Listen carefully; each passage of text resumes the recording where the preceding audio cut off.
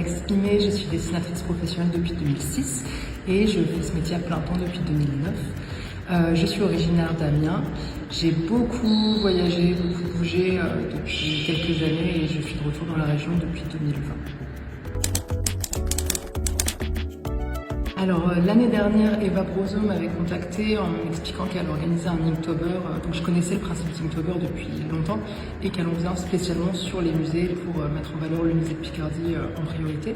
Et elle dit on sollicite des artistes locaux pour y participer. Et j'avais fait, je crois, les 31 dessins du mois. Et du coup, on m'a rappelé cette année en me demandant de réaliser de nouvelles productions de manière plus officielle. Moi, j'avais découvert le musée de Picardie quand j'étais toute petite. Il y avait une espèce de visite guidée comptée, notamment dans la salle des statues. Donc j'en avais un souvenir, je pense que j'avais peut-être 5 ou 6 ans à l'époque, donc ça m'avait beaucoup marqué. Et j'étais revenue parfois, il y a longtemps, pour dessiner les statues avec d'autres dessinateurs. Et j'ai découvert plus tardivement la maison de Jules Verne. Et je trouve que c'est un endroit vraiment incroyable et très beau. Et j'ai été amenée à travailler plusieurs fois avec eux pour faire des affiches notamment. Et c'est un endroit que j'affectionne particulièrement. Alors, en fait, ce qu'on a fait, c'est qu'on est allé choisir des œuvres dans le musée, plus ou moins déjà avec les thèmes. Parfois, les thèmes ont ressurgé des tableaux.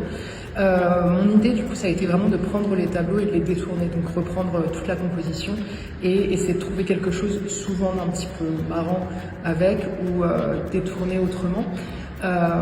Voilà, donc parfois ce sera un peu drôle, moi je trouve ça cool, et parfois ce sera vraiment détourné de façon, entre gros guillemets, un petit peu plus politique.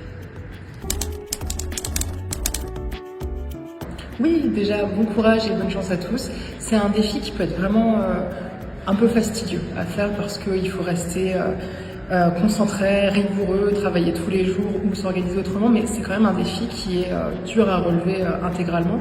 Par contre, ce que je peux vous dire, c'est que vraiment vous verrez votre niveau décoller parce que le fait de faire un dessin par jour pendant un mois, en plus avec un thème, ça va être automatique. Vous verrez vraiment une différence entre le premier dessin et le dernier.